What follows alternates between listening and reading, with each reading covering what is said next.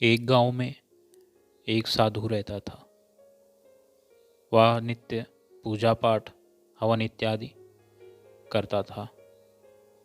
एक दिन अचानक उस गांव में बाढ़ आ गई।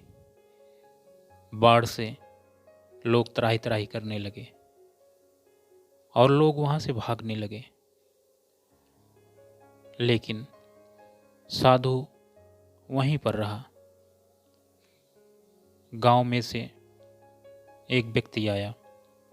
उसने साधु महात्मा से कहा, हे महाराज, आप हमारे साथ चलिए।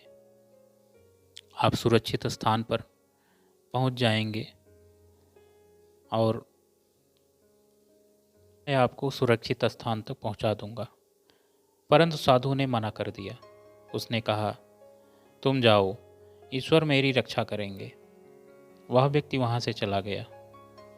काफी देर बाद जल कमर के ऊपर तक पहुंच गया और वहां फिर एक व्यक्ति आया।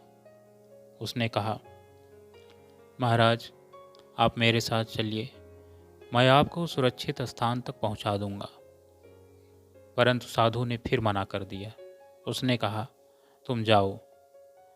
काफी देर बाद जब जल सर से ऊपर जाने लगा तो साधु विचलित होने लगे। तभी वहां एक व्यक्ति आया जो कि हेलीकॉप्टर लेकर आया था और उसने रस्सी फेंकी और कहा, हे महात्मा, आप इस रस्सी को पकड़कर ऊपर आ जाइए। साधु ने कहा, नहीं, मैं नहीं आऊँगा।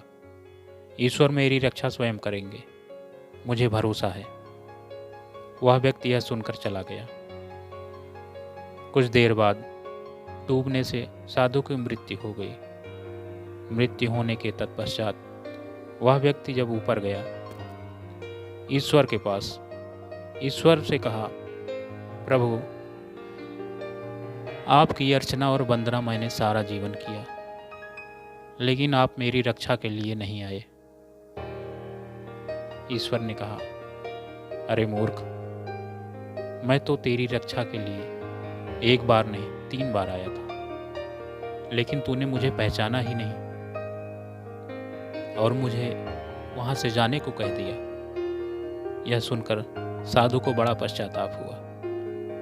मित्रों, यह कहानी हमें बताती है कि किसी भी अवसर को हमें छोड़ना नहीं है। जीवन में कब किस रूप में कोई अवसर हमारे पास आए और हम ये सोचते रहते हैं कि नहीं, हम बड़ा करेंगे, हम कुछ बड़ा करेंगे, लेकिन ऐसा नहीं है।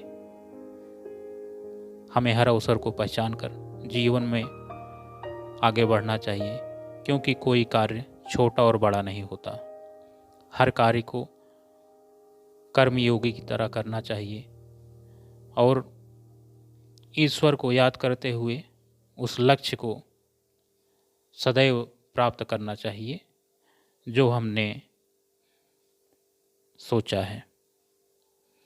मित्रों, यदि यह वीडियो अच्छी लगी हो तो मेरे चैनल को लाइक और सब्सक्राइब करें और शेयर भी करें।